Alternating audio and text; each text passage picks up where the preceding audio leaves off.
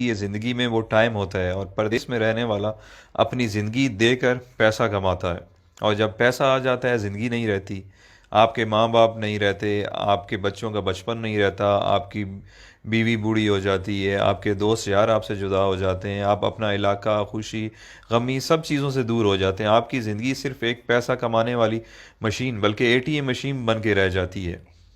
آپ مہینے کے مہینے اس سے پیسے نکالتے ہیں اور گھر بھیج دیتے ہیں، یہ آپ کی زندگی ہے۔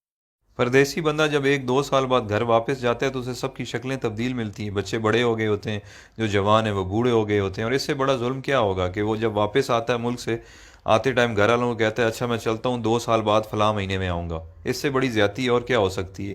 اتنا مجبور ہے کہ 2 سال بعد اس کو آنا ہے، وہ اپنی مرضی سے آ جا بھی نہیں سکتا۔ اچھا، جب ہم پردیسی چھٹی جاتے ہیں تو گھر والے بھی مہمان کی طرح ٹریٹ کرتے ہیں، آپ کی صحیح غلط ہر بات مانتے ہیں کہ 10-15 دن کے لیے آیا ہے، جو کہتا ہے سن لو، اور دوسرا پیسے بھی تو دیتا ہے۔ میں نے بہت سارے پردیسی لوگوں سے ڈسکس کیے ہے، جب وہ 30-35 سال گزارنے کے بعد ملک واپس لوٹتے ہیں تو ان کے بچے بھی ان کی عزت نہیں کرتے ہیں، کیونکہ انہیں آپ کی عادت نہیں ہوتی ہے۔ وہ کچھ دن بعد کہنے لگے کہ ابا باہر ہی ٹھیک تھا، ہر وقت روکتا ہے ٹوکتا ہے، یہ نہ کرو وہ نہ کرو۔ بیوی بھی اب اتنی عزت نہیں کرے گی کیونکہ آپ بوڑھے ہو چکے ہیں اور پیسے بھی نہیں کماتے۔ یہ ساری چیزیں اتنی جلدی آپ کو ہضم نہیں ہوں گی، کیونکہ جب آپ پردیس سے آتے تھے تو آپ کو منسٹر جیسا پروٹوکول ملتا تھا، جو اب واپس آنے پر نہیں ملے گا۔ آپ کچھ دن تو ان سب لوگوں سے لڑیں گے کہ میں نے آپ کے لیے زندگی ملک سے باہر گزار دی، میں نے یہ کیا، میں نے وہ کیا، بٹ سب نے یہی کہنا ہے کہ آپ نے کچھ نہیں کیا، بلکہ آپ کی وجہ سے ان کی زندگی خراب ہو گئی ہے۔ فائنلی دل برداشتہ ہو کر آپ نے ایک کونا پکڑ لینا ہے، بیٹھ کے سوچتے رہنا ہے کہ میرے ساتھ ہوا کیا ہے، میں نے کیا کیا ہے۔ اس دوران لوگ آپ کو پاگل نہیں تو کم از کم یہ کہنا ضرور شروع کر دیں گے کہ بڈھا کھسکا ہوا ہے، اس کی باتوں پہ زیادہ دھیان نہ دیا کریں۔ آخر کار لوگوں کے بیہیویئر رویوں کو سوچتے سوچتے آپ حقیقت میں پاگل ہو جائیں گے اور اپنے خالق حقیقی سے جا ملیں گے۔ یہ ہے پردیسیوں کی زندگی کی سٹوری، جس میں میں خود بھی شامل ہوں۔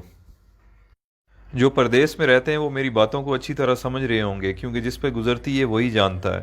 اب آپ مجھے بتائیں اچھا فیصلہ کیا ہے؟ ایک طرف پیسہ، صرف پیسہ اور صرف پیسہ ہے، اور دوسری طرف زندگی جس میں ماں باپ ہیں، بچے ہیں، بیوی ہے، دوست یار ہیں، اپنا ملک ہے، سب کچھ ہے۔ اللہ تعالیٰ نے ہمیں اتنے عظیم لیڈرز دیے تھے جن کی وجہ سے ہمیں اپنا ملک مل گیا، بٹ اس کے بعد بدقسمتی سے ہمیں اتنے بے ضمیر لیڈرز ملے ہیں کہ ہم اس ملک میں رہ نہیں سکتے۔ ہمیں کام کے لیے، روزگار کے لیے ملک سے باہر آنا پڑتا ہے، جبکہ ہمارا ملک وسائل سے مالا مال ہے، بٹ ہم پاگلوں کی طرح جیے فلاں بس نعرے لگانے کے قابل ہیں، اور یہی ہماری اوقات ہے۔ جس دن کرپٹ لیڈرز کو آپ نے جوتے مارنا شروع کر دی، اس دن آپ کو کمانے کے لیے ملک سے باہر نہیں آنا پڑے گا۔ یہ کرپٹ لیڈرز اپنی اولاد کی غیر موجودگی میں علاج تک نہیں کرواتے، اور ایمانداری سے پردیس میں ایک محنت مزدوری کرنے والا غریب انسان اپنے ماں باپ کے جنازے پہ نہیں پہنچ سکتا۔ آپ کبھی تجربے کے طور پر 1 گھنٹہ انٹرنیشنل ایئرپورٹ پر ارائیول اور ڈپارچر میں گزار لیں، آپ لوگوں کو اندازہ ہو جائے گا کہ پردیس میں رہنے والے اور ان کے گھر والے کس تکلیف سے گزر رہے ہیں۔ یہ ساری باتیں کرنے کا مقصد ہرگز یہ نہیں ہے کہ میرے پردیسی بھائی آج ہی نوکری چھوڑ دیں اور اپنے ملک واپس چلے جائیں۔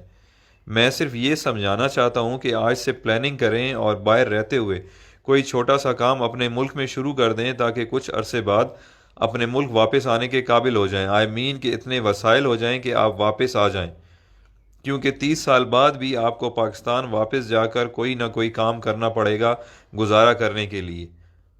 تو آج سے کیوں نہ شروع کیا جائے؟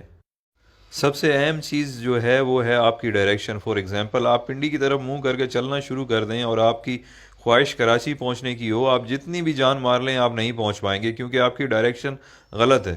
تو سفر شروع کرنے سے پہلے اپنی ڈائریکشن درست کریں۔ آپ جیسا سوچیں گے، جیسا چاہیں گے، اللہ تعالیٰ اسی سے آپ کو نوازے گا۔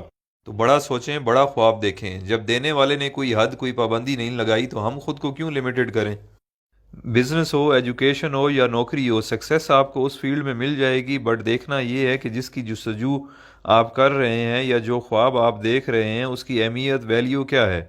اگر آپ کی خواہش پڑھ لکھ کر سرکاری نوکری کرنا یا ٹائی والی نوکری حاصل کرنا جسے آپ وائٹ کالر کہتے ہیں، یا آپ بزنس اس پرپس کے لیے کر رہے ہیں کہ چلو سکون ہوگا، کچھ کام نہیں کرنا پڑے گا، تو بھائی آپ کے خواب بہت چھوٹے ہیں۔